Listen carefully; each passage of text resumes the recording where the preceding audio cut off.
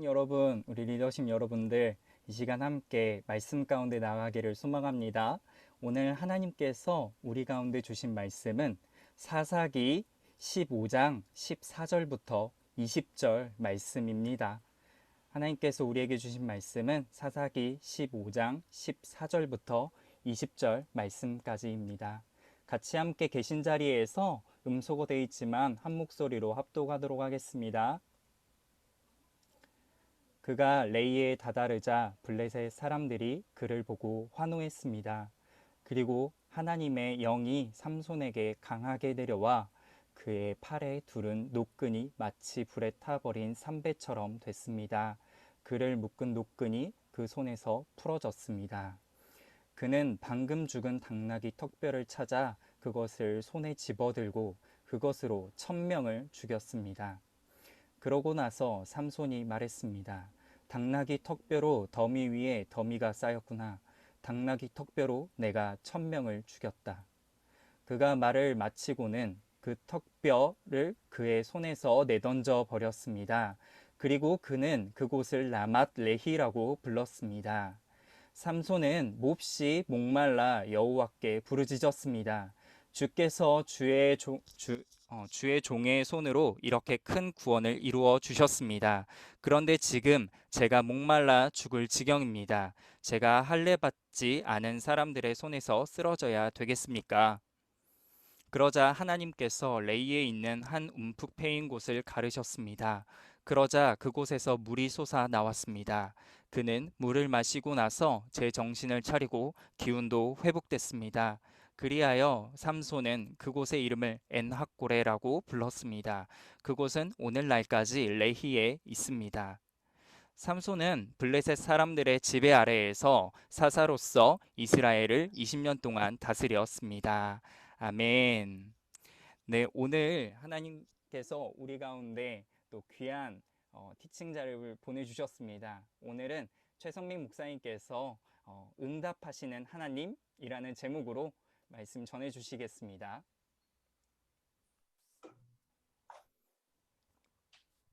네, 안녕하세요. 최성민 목사입니다. 이렇게 줌을 통해서 또 뵈니까 또 새로운 것 같습니다. 네, SNS 와서 너무 많이 환영해 주셔서 일주일 동안 막 공중에 붕 떠 있는 것 같은 기분이에요. 네, 앞으로도 계속 그렇게 환하게 맞이해 주시면 감사할 것 같습니다. 오늘 제가 기도하고 함께 말씀 나눌게요. 사랑하는 주님 감사합니다. 이 시간 하나님의 말씀을 우리가 함께 나누려고 하는데 이 말씀 가운데에서 하나님의 음성을 듣게 하시고 깨닫게 하시며 깨달은 대로 살아갈 수 있는 용기를 허락하여 주시옵소서. 사랑하는 예수님의 이름으로 기도합니다. 아멘. 우리는 굉장히 결과 중심적인 사회 속에서 살고 있는 것 같아요. 그래서 많은 사람들이 과정보다 결론에 집중할 때가 굉장히 많습니다. 그래서 이런 말 많이 들었을 거예요. 수단과 방법을 가리지 말고 최고가 되라. 이런 말들 많이 들었을 겁니다. 이 말처럼 이 시대에 많은 사람들이 정말로 수단과 방법을 가리지 않고 최고가 되려고 하죠. 그런데 그 최고가 되려고 하는 그 결과가 무엇인가? 겉으로 보기에는 멀쩡해 보였던 건물이 무너져 내리기도 하고 어저께까지는 너무나 좋은 사람으로 보였던 롤모델들이 치졸한 범죄를 저질렀던 숨겨진 과거를 들키기도 합니다. 보기에는 너무나 좋은데 속으로 들여다보면 너무나 많은 상처와 아픔을 남기고 있는 것이죠. 모든 것을 다 숨길 수 있다 할지라도 이런 과정들 가운데 정말로 진심이 없었고 과정들 가운데 거룩함이 없었더라면 결국 마지막 날 하나님 앞에서 이런 이중적인 모습들은 다 드러나게 될 것입니다. 하나님 나라에 없는 것이 있다라면 제가 이런 이야기 많이 하는데 변호사가 없다라고 이야기하거든요. 하나님 나라에 가서는 우리를 변론해 줄 사람이 없는 거예요. 하나님 나라에서는 변호사가 필요 없죠. 하나님은 다 알고 계시니까. 숨길 수 있는 것이 없기 때문에 하나님은 우리를 결과로 판단하지 않고 우리가 지나왔던 모든 과정으로 우리를 판단하실 것이다 라는 것이죠. 그래서 우리가 하나님 나라를 바라보고 살아간다면요. 이 땅에서의 우리가 만들어내는 결과보다 무엇이 중요할까요? 정직한 오늘, 순전한 선택, 거룩, 맡겨진 자리에서 내가 할 수 있는 최선, 이게 훨씬 더 중요한 가치로 여겨지게 될 것입니다. 그렇지 않고 자꾸 최고만을 추구하면서 누군가 비교하며 사람들의 인정 욕구에 사로잡히며 살아간다면 뭐 그렇게 살면 사람들의 박수 받을 수 있겠죠. 존경도 받을 수 있겠죠. 하지만 그 박수와 존경 사이에서 하나님의 영광은 없고 나의 영광만 남아있는 오늘을 발견하게 될 겁니다. 그리스도인은 그래서 언제나 기억해야 되는 것이 있는데 결과보다 중요한 것이 언제나 과정이다라는 사실이에요. 아무리 좋은 결과가 있다 할지라도 그 과정 가운데 하나님께서 기뻐하시지 않는다라면 결국 그 좋은 결과는 하나님께서 기뻐하지 않는 결과가 될 수밖에 없다라는 것입니다. 제가 아마존에 선교 갔을 때 제가 성경 번역 선교회 소속이에요. 성경을 이제 그 부족 언어로 번역하는 성경 번역 선교회 소속이었는데요. 제가 이제 아마존 처음 들어갔을 때 아마존 센터에 한 30분 정도의 선교사 유닛이 있었어요. 그래서 한국 선교사 유닛은 한 유닛이었고 나머지는 다 다양하게 독일 선교회, 네덜란드 선교회, 뭐 브라질에서 계신 분, 뭐 세계 각국에 있는 선교사님들이 계셨는데 제가 살고 있는 바로 옆집에 미국 선교사 헬렌이라는 선교사 할머니가 사셨어요. 근데 이 선교사 할머니 집에 놀러 갔다가 우연하게 봤는데 컴퓨터에 깔려 있는 MS 워드가 너무너무 오래된 거예요. 이거는 뭐 진짜 박물관에서나 볼 수 있는 MS 워드 버전을 쓰고 계시더라고요. 제가 그래서 정말로 이제 그 당시에는 뭐 이제 좋은 마음을 가지고 선교사님한테 이야기했어요. 선교사님, 저한테 MS 워드 좋은 좀 더 이제 최신 버전이 있습니다. 제가 깔아드리겠습니다. 이랬더니 선교사님이 너무 고마워하는 거예요. 이거 비싼 건데 이러면서 고마워하셔갖고 제가 이렇게 이거 괜찮아요. 그냥 다 깔 수 있어요. 제가 불법 다운로드해서 가져간 MS 워드였던 거죠. 그걸 깔아드리려고 했더니 그 당시까지만 해도 한국에서 이런 것들은 사실 뭐 거의 거리낌 없이 깔던 시절이었거든요. 근데 선교사님이 저한테 그런 말씀을 하시는 거예요. 조나스, 우리가 성경을 번역한 이 성경을 가지고 이 부족은 평생을 보게 될 거야. 그런데 이 불법 다운로드된 프로그램을 가지고서 성경을 번역한다라면 이 성경은 거룩하지 못한 성경이 될 수 있고 그 거룩하지 못한 성경을 계속 이 부족이 본다고 생각해봐. 내가 그 프로그램을 쓸 수 있겠니? 나는 이 값싼 프로그램이라 할지라도 수십 년이 걸려도 이걸 사용해서 번역할 거야. 뭐 저를 정죄하는 말은 아니었는데 엄청난 정죄감을 당한 듯한 기분이 들고 엄청나게 큰 깨달음을 가졌던 기억이 납니다. 그리고 한국에 돌아와서 제일 먼저 했던 게 제가 가지고 있었던 모든 프로그램들을 정품을 산 거예요. 정품 사면서 깨달았는데 컴퓨터보다 프로그램이 더 비싸다는 사실을 제가 그때 알았습니다. 제가 이야기하고 싶은 건 그거예요. 우리는 결과를 만드는 사람이 아니라 하나님의 뜻을 따라가는 사람이다라는 겁니다. 그런데 너무나 많은 순간 결과에 집중하다 보니까 결과만 보고 하나님의 뜻을 따라가고 있는가, 하나님께서 말씀하시는 온전한 길을 걸어가고 있는가를 잊어버릴 때가 너무나 많은 거예요. 우리 삶을 살아가면서 순간순간의 과정마다 우리는 하나님의 마음을 심어 나아가는 사람이라는 사실을 기억해야 됩니다. 그래서 우리는 결과보다 과정의 순전함을 먼저 생각할 수 있어야 하는 거예요. 근데 물론 그렇게 과정의 순전함을 따라가다 보면 답이 없을 때가 있어요. 어렵고 결과가 좋지 않고 때로는 실패할 때가 있습니다. 뭐 대학교 때 뭐 직장 가운데 이런 경우는 많잖아요. 나는 정직한 길을 선택했는데 남들보다 뒤처지거나 내가 진행한 프로젝트가 실패하거나 나보다 공부 안 한 커닝한 친구가 시험을 더 잘 본다거나 뭐 이런 일들 많이 있잖아요. 하지만 그리스도인이라면 순전한 과정의 실패가 야망의 성공보다 훨씬 더 의미 있다는 사실을 항상 기억해야 하는 것입니다. 순전한 길을 걸어감으로 인해서 실패해야 한다면 과감하게 실패하는 것, 그게 그리스도인의 용기이고 하나님께서 기뻐하는 모습이다라는 것입니다. 왜요? 우리는 이 땅의 소망을 구하는 사람들이 아니에요. 하나님 나라의 소망을 가진 사람들이잖아요. 하나님 나라의 소망 가진 사람들은 세상의 기준과는 다른 기준으로 살아갈 수 있어야 합니다. 세상 사람들은 결과로 이야기하지만 우리 그리스도인은 나의 삶으로 이야기하는 사람이기 때문에 그런 거예요. 제가 어느새 오늘의 교회 대학 청년부에서 이제 뭐 이른바 짬밥이라고 이야기하죠. 근데 넘버 2가 되어버렸습니다. 엊그저께 1년 차로 들어갔던 것 같은데 이제 저보다 오늘의 교회 짬을 많이 드신 분이 김승수 목사님밖에 안 계시는 그런 상황이 되어버렸어요. 제가 정말로 사랑하고 존경했던 우리 원유경 누님 목사님께서 나가시는 바람에 제가 2번째가 되어버렸습니다. 그러다 보니까 원치 않게 제가 교육자들 가운데 잔소리를 담당하고 있는데요. 제가 항상 목회 후배들에게 하는 말이 있습니다. 김한국 전도사님도 이제 저랑 허브에서 만났을 때 제가 제일 먼저 이 말을 했던 게 기억이 나요. 성도에게 인정받는 것은 어쩌면 목회자에게 가장 쉬운 일이다. 왜? 성도는 한 면만 보는 사람이기 때문에. 하지만 진짜 목회자라면 성도에게 인정받는 것보다 가족에게 인정받을 수 있어야 되고 함께 동역하는 목회자들에게 인정받을 수 있어야 한다라는 거였거든요. 저도 그게 너무나 어려워요. 지난주 SNS 설교하고 집에 갔더니 저희 딸이 8살인데 저한테 그런 얘기를 하는 거예요. 아빠, 설교할 땐 그렇게 멋있게 설교하면서 집에서는 왜 이렇게 장난꾸러기예요? 이러는 거예요. 네. 저도 집에서도 교회에서도 사람들 앞에서도 항상 같은 모습을 보여주는 것이 너무나 중요하다라는 생각이 듭니다. 목회자뿐만 아니라 모든 그리스도인들이 마찬가지가 아닌가 싶어요. 멀리서 보는 모습과 가까이서 보는 모습, 이 두 가지 모습 모두 다 예수님을 사랑하는 한 사람의 모습만 보일 수 있어야 하는 것입니다.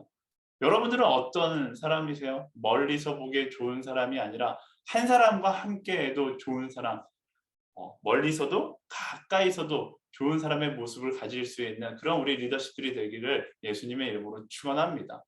우리는요, 사람들 앞에서 뛰어난 사람, 인정받는 사람 되지 않아도 괜찮습니다.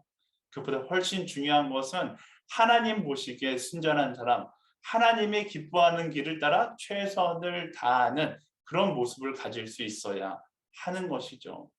그런 면에서 우리가 요즘 큐티하고 있는 삼손은 어떤 사람이었는가?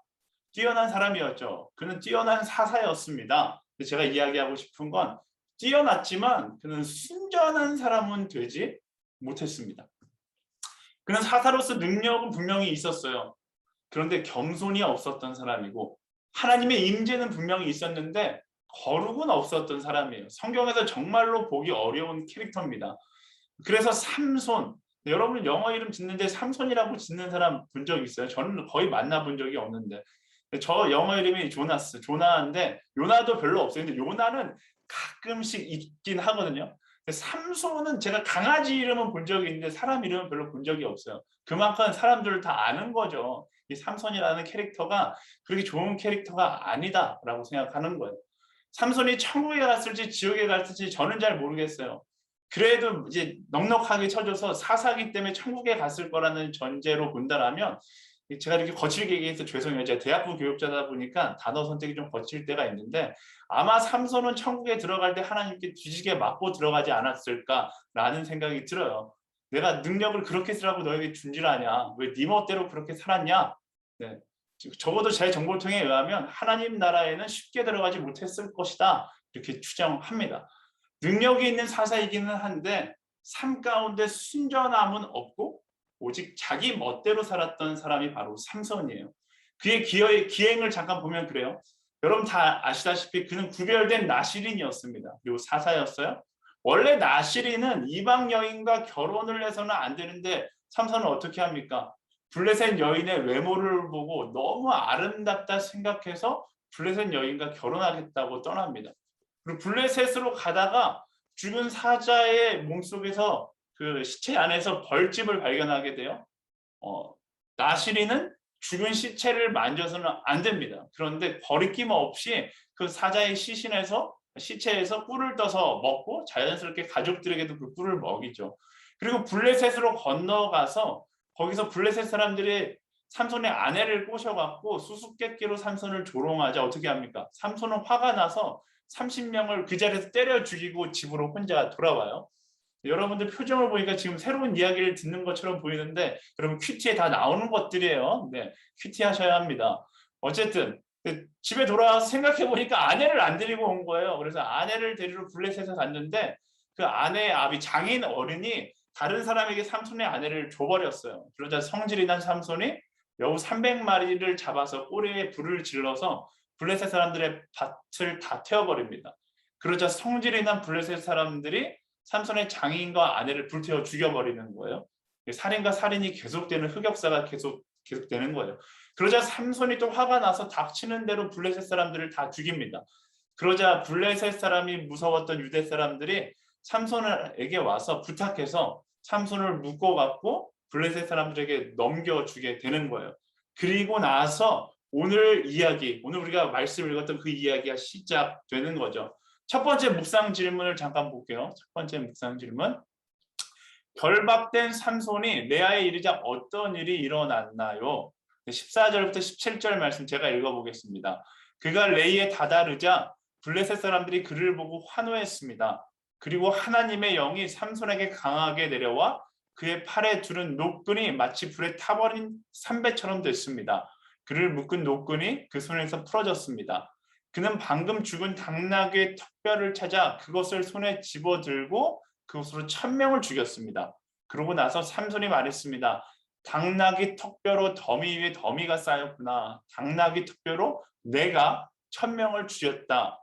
그가 말을 마치고는 그 턱뼈를 그의 손에서 내던져 버렸습니다. 그리고 그는 그곳을 라맛 레이라고 불렀습니다. 아멘. 삼손이요, 진짜 모든 일에 엄청 다혈질적인 사람이었다라는 생각이 듭니다. 하나님의 뜻보다 자신의 기분이 중요한 사람이었어요. 사사치고는 사사로서의 자격이 별로 보이지 않는 그런 사람입니다. 그런데 이런 삼손의 모습에 대해서 이 사사기 14장 4절 말씀에 이렇게 이야기해요. 삼손을 인하여서 나타나는 이 일이 여호와께로부터 왔다. 여호와께로부터 왔다. 하나님의 계획 가운데 있었다라는 뜻이죠. 근데 이런 말씀을 보면서 오해하는 사람들이 있습니다. 이 말씀은요, 하나님께서 블레셋을 심판하기 위해서 삼손의 다혈질적인 모습까지도 하나님의 역사에 사용하셨다라는 것이지, 우리가 삼손처럼 막 다혈질적으로 살아도 된다라는 것을 합리화시킬 수 있는 그런 말씀이 아닙니다. 여러분 묵상할 때 잘 묵상해야 돼요. 하나님의 계획 가운데 있었다고 해서 유다가 예수님을 십자가에 못 박은 것이 합리화될 수는 없는 거예요. 분명히 하나님의 계획 가운데 있었죠. 하나님께서는 유다의 그런 변질의 마음조차 하나님의 계획으로 사용하신 거지 유다의 행위 자체가 합리화될 수는 없는 거예요. 이 삼손도 마찬가지예요. 하나님께서 삼손의 이 다혈질적인 성향을 사용하신 거지 삼손처럼 다혈질적으로 사는 것이 옳다라고 이야기하는 것은 아닙니다. 여러분 말씀을 대할 때 정확하게 이해해야 돼요. 심판과 역사를 이끄시는 것은 하나님의 영역이에요. 때로는 우리의 흑역사를 이용하시는 분 하나님이세요. 때로는 우리의 죄악된 선택을 이용하시는 것도 하나님이세요. 그건 하나님의 영역이고 우리에게 주어진 건 무엇인가? 언제나 하나님 앞에서 거룩한 통로가 되기 위해 노력하고 깨끗한 그릇이 되기 위해서 노력해야 하는 것입니다. 나의 실수도 나의 잘못도 나의 죄악도 하나님께서 합력하여 선을 이루시는 분이니까 나는 막 살아도 돼. 이건 정말로 잘못된 생각이다라는 것을 이야기하고 있는 거예요. 여러분들 삶 가운데 하나님께서 나를 사용하신 것과는 별개로 나는 언제나 깨끗한 그릇으로 살아갈 수 있어야 한다라는 것입니다. 우리가 이 삼손의 사건 사고를 통해서 알 수 있는 것 제일 중요한 포인트는요. 삼손은 우선순위가 제대로 되어 있지 않은 사사였다라는 거죠. 잘 보세요. 그의 주변에 사건 사고가 일어나는 이유가 무엇입니까? 그의 삶 가운데 그가 지켜야 할 것을 지키지 않았기 때문에 이런 사건 사고가 나타나는 거예요. 계속 나누었듯이 그는 나실인이었고 사사였기 때문에 이방 여인과 결혼하면 안 되는 사람이었고 죽은 시체를 만져서는 안 되는 사람이었어요. 또 오늘 말씀 보세요. 죽은 당나귀 턱뼈로 1000명을 때려 죽였다라고 이야기합니다. 시체를 만지면 안 되는데 그가 들고 있는 게 죽은 당나귀 턱뼈였다라고 말씀을 이야기하고 있습니다. 과정은 다 무시하고 자신에게 있는 힘만 믿고 행동하는 거예요. 그의 우선순위의 과정이라는 건 중요하지 않아요. 그가 힘을 가지고 있다는 것만 중요하죠. 앞서 나누었던 것처럼 이 땅에서의 자기 야망을 위해서 하나님의 백성이라는 우선순위를 망각한 채 행동하고 있는 것입니다. 그 결과가 뭡니까? 그가 1000명을 다 죽이고서 하나님을 찬양했어요? 그렇지 않아요. 1000명을 죽이고 그가 했던 고백, 당나귀 턱뼈로 내가 1000명을 죽였다라고 이야기합니다. 당나귀 턱뼈로 내가 1000명을 죽였다. 하나님께서 그에게 능력을 주셔서 그 능력을 통하여 내가 이 일을 한 것이 아니라 결국 내가 이 일을 했다라고 이야기하는 것이죠. 그에게는 더 이상 하나님의 자리는 없고 자아도취, 자기 능력에 취해 있는 모습을 보게 됩니다. 하나님의 사사로서 능력은 있었지만 하나님께서 사용하시는 거룩한 통로는 되지 못했던 거예요. 그러니까 능력은 있는데 거룩한 통로가 되지 못하자 어떻게 됩니까?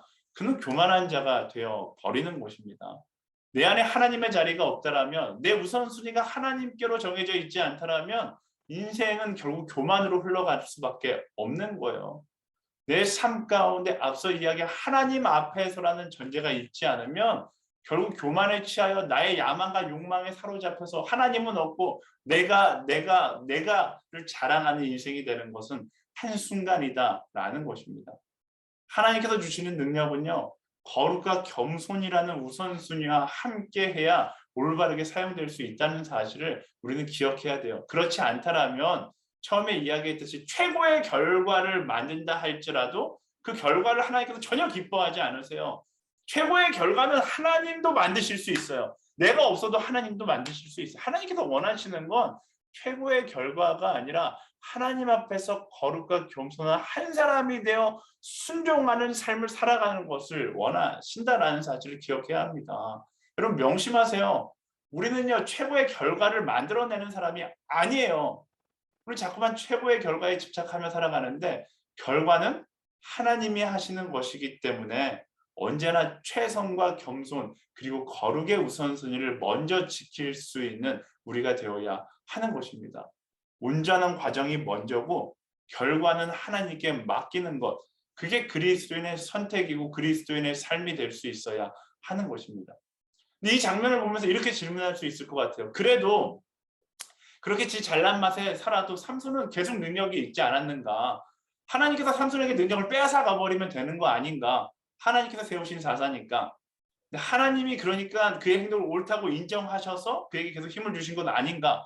그렇지 않죠. 삼손이 옳아서가 아니라 약속의 하나님이시기 때문에, 사랑의 하나님이시기 때문에 그가 능력을 간직할 수 있었고, 하나님께서 그 시간마저 그가 돌아오기를, 그가 옳은 길을 선택하기를, 그가 겸손의 자리에 설 수 있기를 기다리셨다라는 것입니다. 여러분 내 마음대로 했더니 잘 될 때가 있어요. 네, 하나님의 법을 따르지 않고 말씀을 따르지 않고 양심을 따르지 않고 내 생각이나 세상의 방법, 다른 사람의 소리를 듣고 따라해 봤더니 잘 나갈 때가 있습니다. 근데 그렇다고 해서 내가 잘 나간다고 해서 성공한다고 해서 내 불법과 교만을 하나님께서 허락하신 것이 아니다라는 사실을 우리는 기억해야 합니다. 요나가요, 하나님의 말씀을 떠나서 도망칠 때 니네를 향해 가야 되는데 항구로 갔더니 다시 들어가는 배가 있었잖아요. 요나는 생각했죠. 와, 배가 있어. 잘 나가서 지금 내가 잘 선택한 거야. 이게 옳은 길이야 라고 생각했겠죠. 하지만 그것이 하나님께서 허락하신 것은 아니잖아요. 그건 뭐예요? 하나님께서 요나에게 주신 기회의 시간이었던 거예요. 마찬가지예요. 하나님의 사랑의 기다림의 시간이 우리에게 주어지는 것입니다.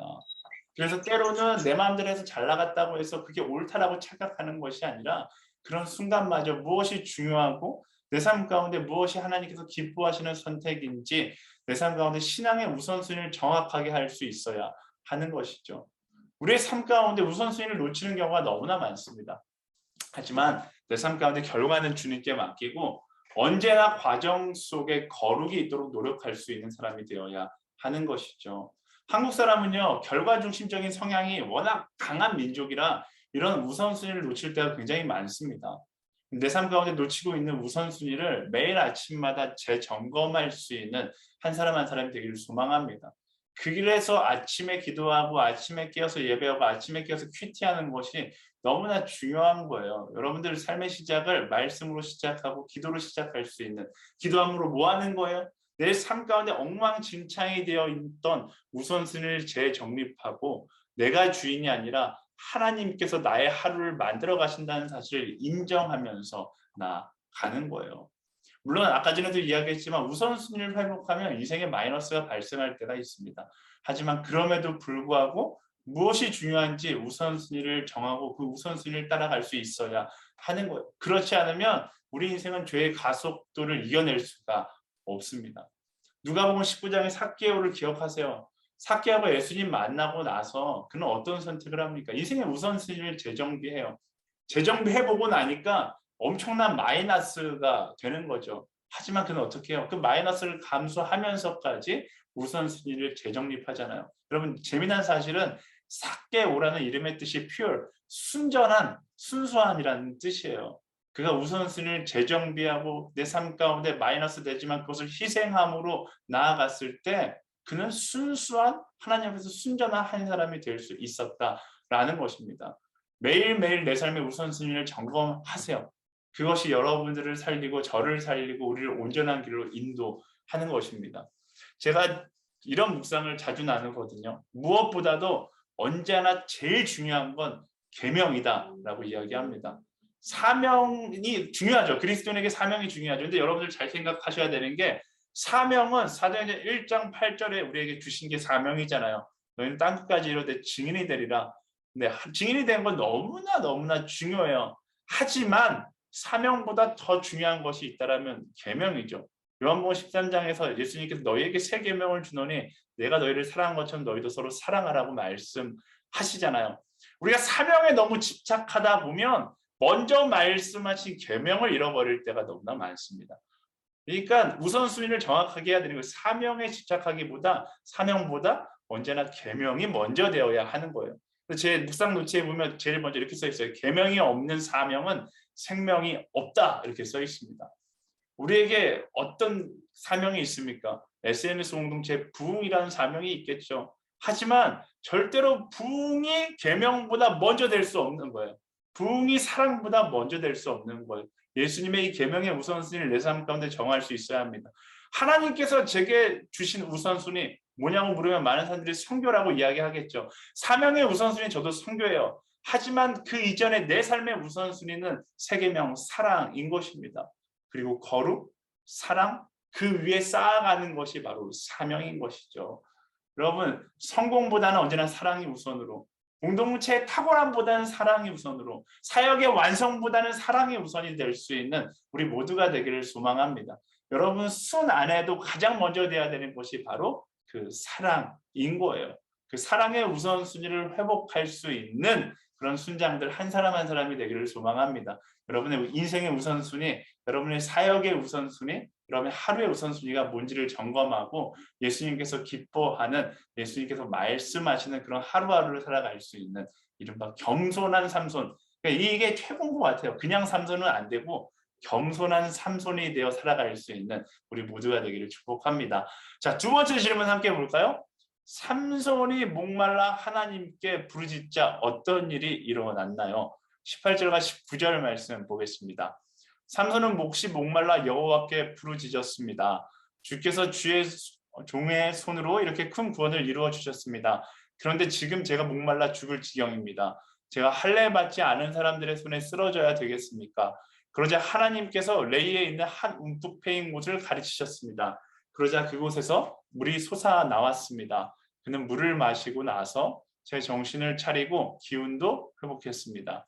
그리하여 삼손은 그곳의 이름을 엔합고레라고 불렀습니다. 그곳은 오늘날까지 레히에 있습니다. 아멘. 네, 그렇게 자기 잘난 맛에 도취해 있던 삼손이요, 얼마 지나지 않아서 목이 엄청 마르다는 것을 느끼는 거예요. 싸울 때는 호르몬 과다 분비로 인해서 목마름조차 느끼지 못했는데 좀 차분해지고 나니까 이제 느끼는 거예요. 아, 목말라 죽겠다, 힘들어 죽겠다를 느끼게 되는 거죠. 상상해 보세요. 1000명을 때려 죽였으니까 얼마나 힘이 들겠습니까? 그러자 그 당당했던 삼손이 어떤 태도를 보이고 있어요? 자신의 교만함을 내려놓고 주께서 하셨음을 인정하고 목말라 죽겠다고, 그러니까 도와달라고, 살려달라고 부르짖기 시작합니다. 그러자 하나님께서는 물을 샘솟게 해서 그를 살려주세요. 이 삼손의 역사를 쭉 보면 삼손은 진짜 하나님하고 거리가 멀었던 사사인 건 확실해요.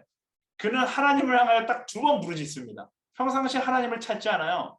딱 2번 부르짖는데 처음 부르짖는 게 오늘 이 말씀 가운데고, 두 번째가 나중에 이제 끌려가서 눈 뽑히고 죽기 직전에 마지막 순간에 하나님을 찾습니다. 이 두 순간의 공통점이 뭡니까?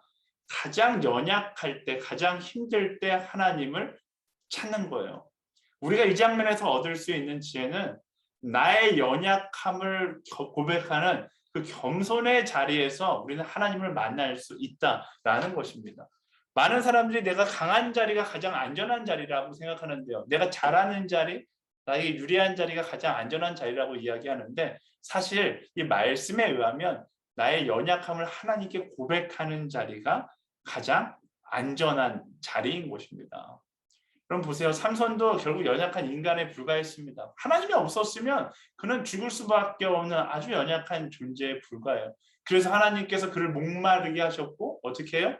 그로 인하여 하나님을 찾게끔 그에게 그를 낮추시고 겸손케 해서 하나님을 찾게끔 만드는 것입니다. 이게 연약한 자리에서 우리가 하나님을 찾을 수 있는 유익인 거예요. 우리는 우리의 강점을 알고 강점을 어떻게 이용하고 사용하는가 이걸 굉장히 고민 많이 하거든요. 근데 그것보다 훨씬 더 중요한 건요. 우리의 연약함을 어떻게 다스리는가가 훨씬 더 중요합니다. 우리의 연약함을 무시하고 숨긴다라면 우리는 그것으로 인하여 우리가 감당할 수 없는 결과를 초래하게 되어 있어요. 여러분 잘 기억하세요. 우리의 연약함은 세 사람이 압니다. 네, 세 부류가 알아요. 첫 번째는 내가 알고, 두 번째는 하나님이 알고, 세 번째는 사단이 알아요. 그래서 내가 나의 연약함을 인정하고 하나님 앞에 나가지 않으면 결국 누가 우리의 연약함을 공격할까요? 결국 사단이 공격할 수밖에 없는 것입니다. 겸손하게 연약함을 가지고 하나님 앞에 선 사람은요, 연약함이 하나님의 위대하심을 나타내는 자랑이 되는 것이고, 연약함을 숨기고 나의 영광에 취해 살아가는 사람, 나의 강함만을 자랑하고 살아가는 사람들은 강한 것처럼 보이지만 사단이 공략하기 제일 쉬운 사람이 될 수밖에 없는 것입니다.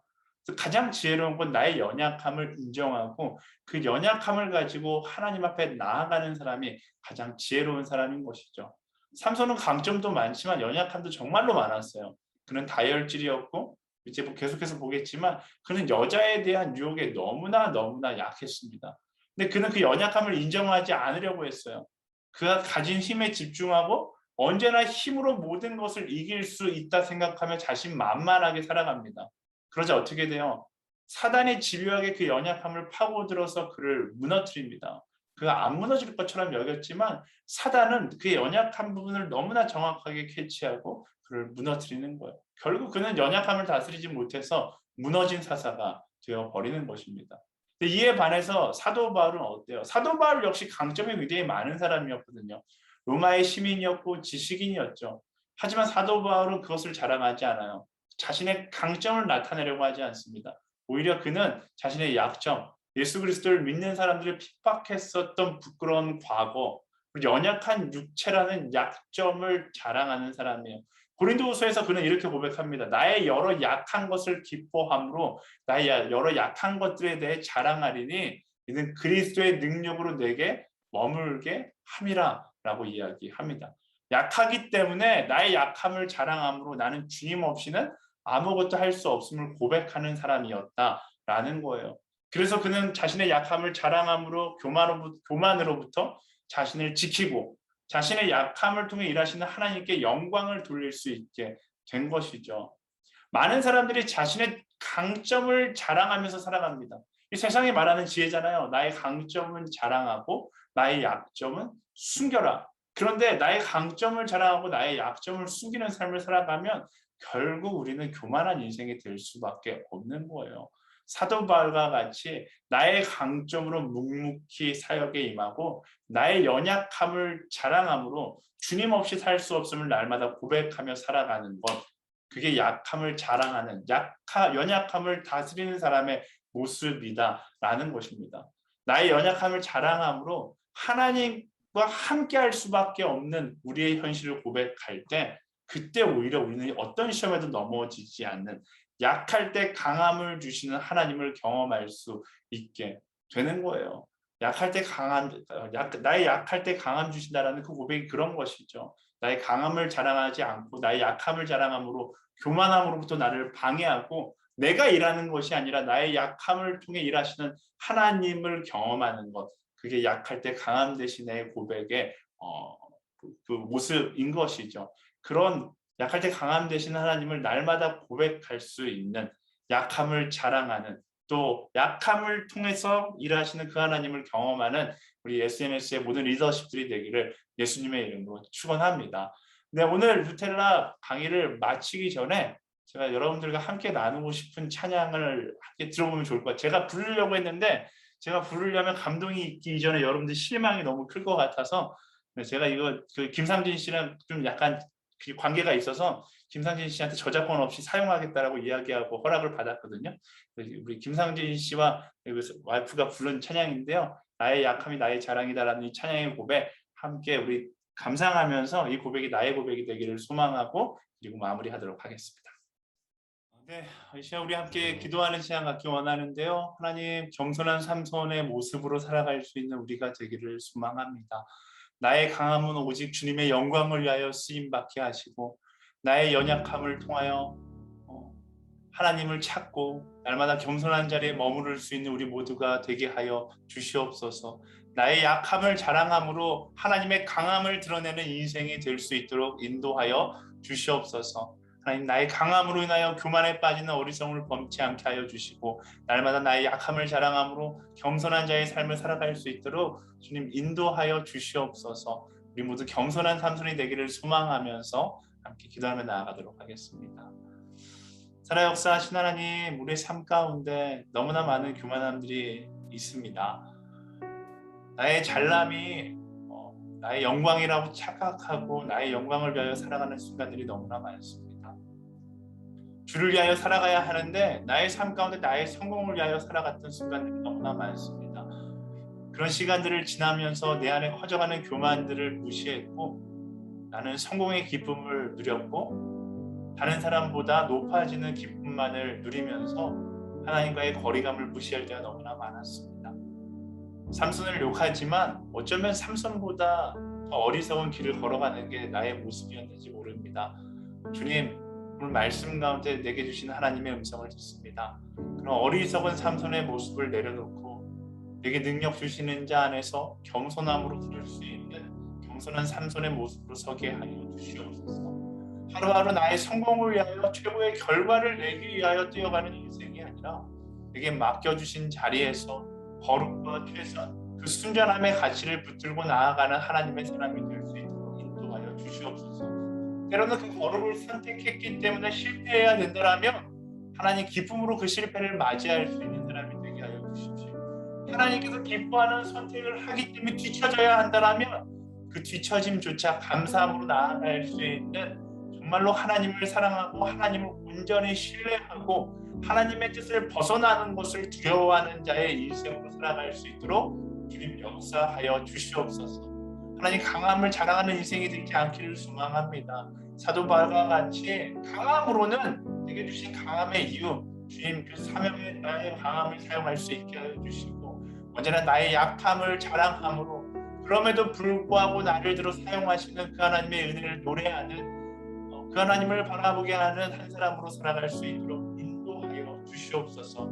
나의 약함이 나의 자랑이다라고 이야기했던 그 사도 바울의 고백이 우리 SNS의 모든 리더십들의 고백이 될 수 있도록 주님 인도하여 주시옵소서. 그 마음 가운데 교만한 마음들을 떠나게 하여 주시고 최고가 되고자 하는 마음도 떠나게 하시며 하나님, 거룩한 한 사람이 되어 하나님의 역사에 동참하고자 하는 겸손한 자가 될 수 있도록 인도하여 주시옵소서. 그것이 우리의 소원이고 우리의 바람이며 우리의 비전이 될 수 있도록 인도하여 주십시오. 이 땅의 헛된 소망에 이 아름다운 비전을 주는 어리석음을 범치 않게 하여 주시고 하나님 나라의 영원한 소망에 나의 비전을 두고 나아가는 정말로 하나님을 사랑하는 이 시대의 겸손한 삼손으로 살아갈 수 있도록 인도하여 주시옵소서. 이끄시는 하나님께 SNS의 모든 리더십들 그리고 나의 영혼을 맡겨드리며 나아갑니다.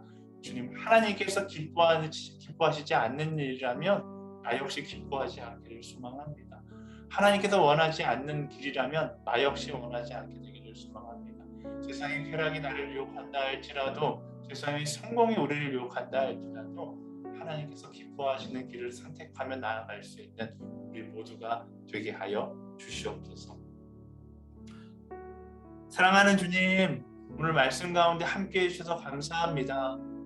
우리 삶을 살아가면서 수많은 성공의 유혹들이 있고 나의 야망의 유혹들이 있지만 하나님, 그것을 선택하기 이전에 먼저 나의 우선순위, 내 신앙의 우선순위가 먼저 정리될 수 있기를 원합니다. 하나님께서 기뻐하시는 것인가? 예수님께서 기뻐하시는 것인가? 그것을 고민하고 하나님께서 기뻐하시는 길을 선택하며 나아갈 수 있는 우리가 되게 하여 주시옵소서. 때로는 그 길을 선택함으로 우리가 받아야 되는 인생의 마이너스가 있다라면 하나님 오히려 그것을 그 희생을 기쁨으로 여길 수 있는 우리 모두가 되게 하여 주시옵소서. 삶 가운데 나의 강함을 자랑하는 자가 아니라 언제나 나의 약함을 자랑하는 겸손한 삼손의 삶을 살아갈 수 있도록 주님 인도하여 주시옵소서. 나의 약함을 자랑함으로 나같이 약한 사람을 들어 사용하시는 오직 하나님 한 분만을 영광, 하나님 한 분께 영광 돌릴 수 있는 이 모두가 되게 하여 주시옵소서. 이끄시는 하나님께 모든 영광과 감사를 돌리며 사랑하는 예수 그리스도의 이름으로 간절히 기도드립니다. 아멘. 네, 우리 기도 가운데 함께 하신 하나님께 우리 감사와 영광의 박수를 드리도록 하겠습니다. 아멘. 네, 여러분들 오늘 네, 나눔 질문을 일단 먼저 보여주시겠어요? 나눔 질문 두 가지 나눔. 사실 교환이 제가 교환을 좀 바꿨어요. 오늘 교환이 대청에서 나온 교환이 약간 그 뭐라고 할까요? 네. 아주 뭐 좋은데 좋지 않다고 하면 얼굴에 침 뱉기니까 좋은데 네. 제가 오늘교회 모든 예배를 송출하는 사람이잖아요. 그래서 담임 목사님의 이 메시지에 대한 설교랑 박종일 목사님의 이 메시지에 대한 설교가 네, 저 오늘 교환과 좀 다른 방향이라서 제가 그 방향을 좀 교회 비전에 맞춰서 이렇게 바꿔서 교환을 새로 썼으니까요. 그럼 교환에 나와 있는 새로운 나눔 질문은 아주 조금만 바꿨어요. 첫 번째 나눔 질문은요. 가정, 교회, 직장, 학교 등에서 사명을 잘 감당하기 위해 이게 우선적으로 필요한 나의 거룩의 영역은 무엇인지 나눠보자라는 겁니다. 나의 거룩의 영역은 무엇인지 한번 직장 가운데서, 가정 가운데서, 교회 가운데서 내가 우선적으로 필요한 거룩의 영역은 무엇인지 나눠보는 것. 두 번째 질문은 나의 연약함을 통해 나를 만나주신 하나님을 경험함으로 나의 약함이 나의 자랑이 되었던 적이 있습니까? 나의 약함을 들어 사용하시는 하나님을 경험해 본 적이 있는지에 대해서 한번 나눠보는 두 가지 질문을 가지고서 여러분이 나눈 질문을 진행해 보면 좋을 것 같습니다.